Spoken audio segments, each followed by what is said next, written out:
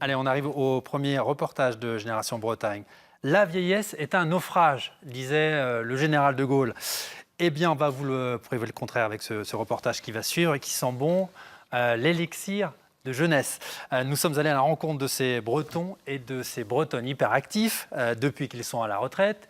Ils s'amusent, ils s'occupent, ils consomment, ils se rencontrent. Loin de se replier sur eux-mêmes, ils ont décidé de vivre pleinement une nouvelle vie. Regardez. Oh, la belle vie, sans amour, sans soucis, sans problème.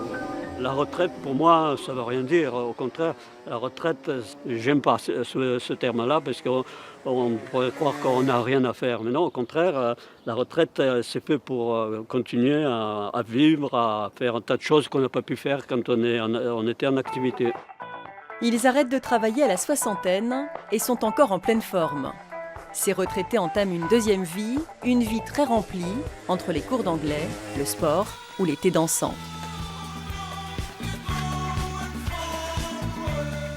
Mets ta chemisette. Voilà. Et quelle veste je vais Et mettre? quelle veste? Tu vas mettre ta veste bleue. Nous sommes chez Dany et Daniel. Ils s'habillent pour le bal. Comme tous les jeudis, ils vont rejoindre leurs amis et passer l'après-midi sur la piste de danse. J'aime beaucoup danser. Parce que je prends en plus des cours 2 fois par semaine de danse en ligne. Et je danse le breton tous les lundis. Plus de balles. Voilà. C'est pas sportif, hein. Mais moi j'ai dit 5 heures de danse, ça équivaut presque à 15 km de rando. Hein. Nous avons laissé les danseurs se préparer, direction la forêt à Redon pour une randonnée avec un groupe de marche nordique. À 60 ans passés, ces retraités veulent soigner leur physique. Nous sommes des retraités dynamiques. 3 fois ou 4 fois pour certains, 4 sorties par semaine. Hein, le mardi, le jeudi, le samedi, le dimanche matin. Donc oui, nous sommes des retraités dynamiques.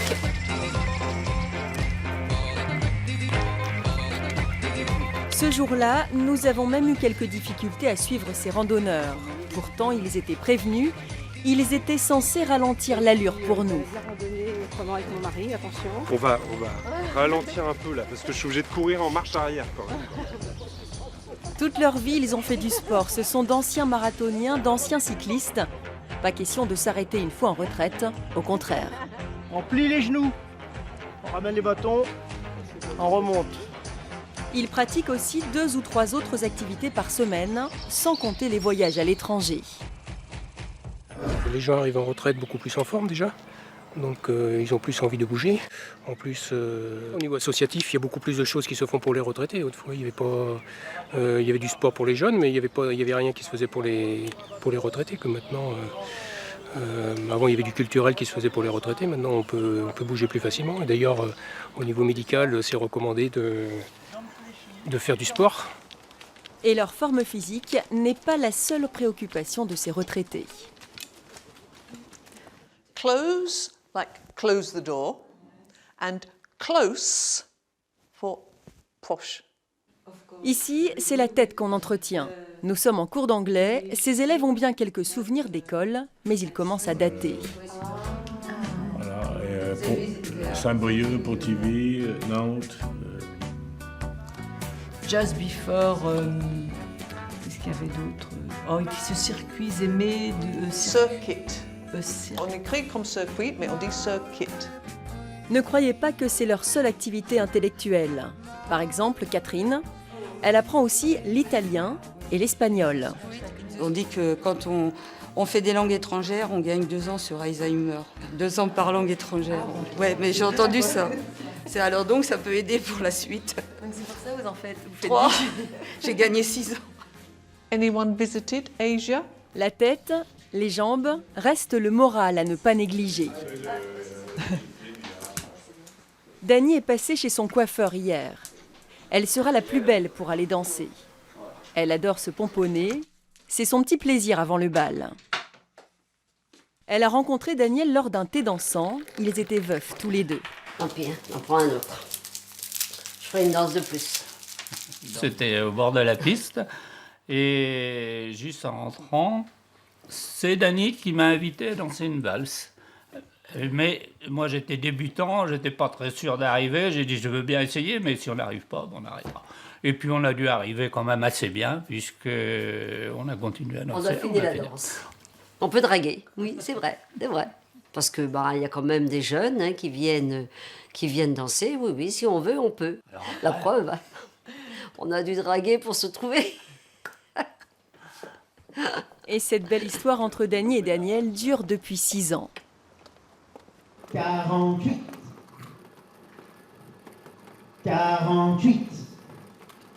Marie-Joseph, elle, ne danse pas. Ce sont les lotos qui rythment ses week-ends. J'ai mes enfants, j'ai mes filles, j'ai mes petits jumeaux avec moi. Ouais, ouais. Ouais. Ce soir, vous êtes en famille? Ah oui, ouais. J'adore. Mais les lotos, pour moi, c'est sacré. 55. Ce samedi soir, le gymnase de la commune a été transformé en salle de jeu. Il y a 400 joueurs, certains ont fait plus de 100 km.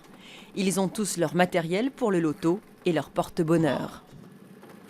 Il est là, il a mon petit-fils, parce qu'il voudrait une tablette tactile. Alors j'ai dit, tu me le donnes, il va peut-être te faire gagner. Pour les personnes âgées, déjà, ça sert déjà à les sortir de chez eux et à rencontrer d'autres personnes, à créer des moments sympas. Ils tapent la belote ensemble, ils mangent un gâteau ensemble. Je trouve que les lotos, c'est la chose qui crée du lien social et de la convivialité en même temps. Qui est-ce qui va préparer un bon café pour l'animateur avec sa Senseo? On continue. Moi, au loto, vous savez qu'est-ce que j'ai gagné? Alors, on a gagné 13 télés. En 10 ans, attention, en 10 ans. J'ai gagné une chambre à coucher avec ma fille. Et puis des barbecues. Oh. Mais là, je vais peut-être gagner aussi aujourd'hui. Ce soir-là, à Brielle, c'était la seule animation à plusieurs dizaines de kilomètres à la ronde. Sans cette sortie, beaucoup de personnes âgées auraient passé la soirée toutes seules.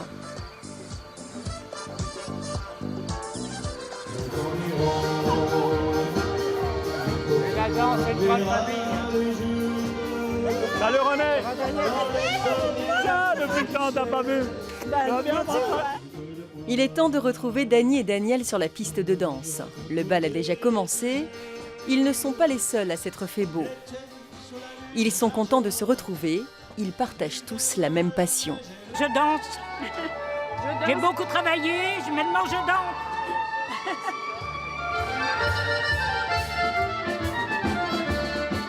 L'orchestre de Jean Pierrot est aux manettes aujourd'hui. Jean-Pierre est très apprécié et très connu dans la région. Certains retraités le suivent de balle en balle. Il anime 3 ou 4 thés dansants par semaine.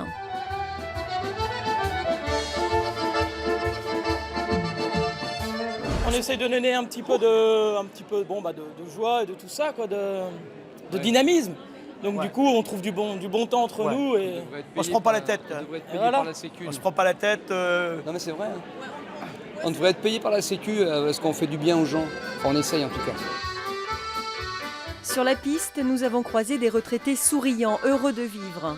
Ils ont laissé de côté leurs soucis le temps d'un après-midi. Certains sont venus en couple, d'autres avec leur maîtresse. Ils ne sont pas censés être là, et d'ailleurs, ils nous ont demandé de ne pas les filmer. Elles sont venues entre copines. Voilà mon cavalier, on n'a plus de mari, alors voilà, remplace mon mari. C'est mon cavalier. Voilà. C'est-à-dire qu'on trouve plein de monde qu'on connaît et qu'on parle. Si vous restez à la maison, il y a de quoi chapeauter, hein? C'est très bien. Puis alors il y aura le casse-croûte. Qu'est-ce que vous voulez de plus?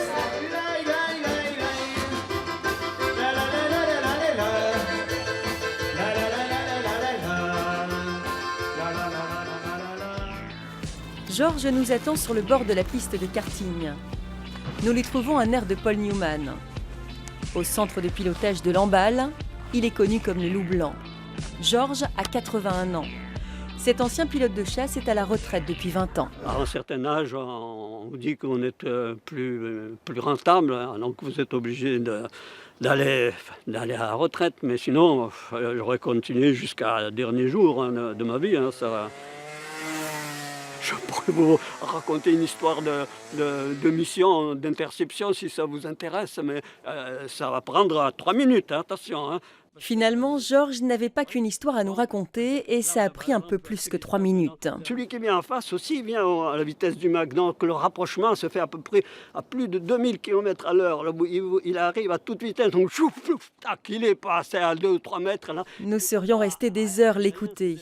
Georges, intarissable conteur. Un coup sur la gâchette pour prendre un coup de film, et puis vous dégagez, vous passez sur le dos, vous sortez les aérofreins, et puis hop, vous vous plongez dans les nuages. Et il nous dit qu'il s'est calmé avec les années. On peine à le croire quand on le voit au volant de son kart.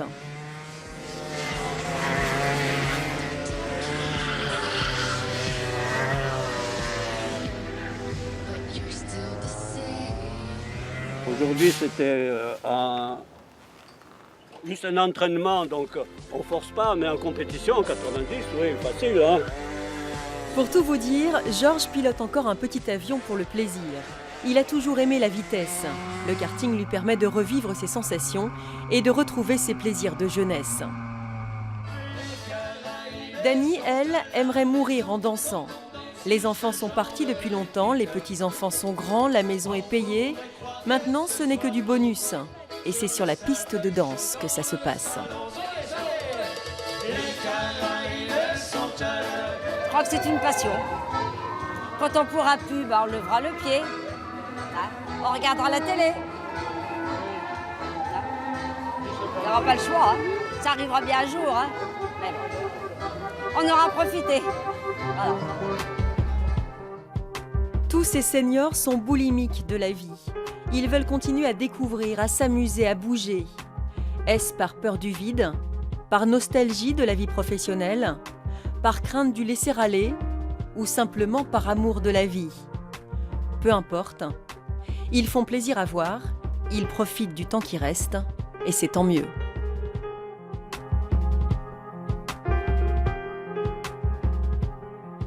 Voilà, on n'a vu que des sourires dans son sujet. Vous vouliez réagir, Olivier? Je vous ai vu prendre Je voulais réagir notes, à la phrase d'introduction, qui est la citation de De Gaulle. La vie, c'est un naufrage. Ouais. Bon, il faut la replacer dans le contexte. C'était pendant ses adresses au maréchal Pétain. Mais je pense que cette phrase a fait beaucoup de mal à la perception qu'on peut avoir justement du vieillissement. Elle est terrible, cette phrase. Moi, je préfère dire, et les images le prouvent, le vieillissement est un voyage. Alors, il peut se terminer par un naufrage, peut-être, mais pendant tout le voyage, c'est un temps de découverte, d'essayer autre chose, d'autres horizons. Et les images qu'on a vues montrent bien cet appétit de vivre, de bouger.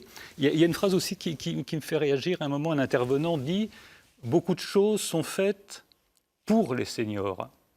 Moi, je préfère dire « sont faites par les seniors ». Effectivement, il y a des choses qui sont faites pour eux, mais c'est eux qui sont à l'origine d'un tas d'activités, de choses qu'on a vues. Oui, parce que si la société ne leur laisse pas une place, ils se la créent eux-mêmes. Mais bien sûr, ils travaillent beaucoup, ils n'ont pas de travail. Voilà, c'est ça qui est très nouveau. Ce ne sont pas des assistés, comme on l'entend souvent. Et moi, le bouquin veut aussi réagir contre cette image d'assistés. On fait pour eux. Non, c'est eux qui font, ils font pour eux. Et en faisant pour eux, ils font aussi pour les autres. On est vieux à quel âge, finalement? C'est une bonne question. Oui, c'est très relatif, on est toujours le vieux de quelqu'un. On parle aujourd'hui du 3e, du 4e âge, du grand âge. Voilà, bon, moi, je parle des seniors, en fait, et je pense qu'on est seniors à partir de la retraite, pour simplifier. Voilà. Alors après, effectivement, dans cet âge, au-delà de la retraite, il y a différentes étapes en fonction de l'état de santé. Mais c'est tellement différent d'un individu à un autre qu'on ne peut absolument pas généraliser. Alors vous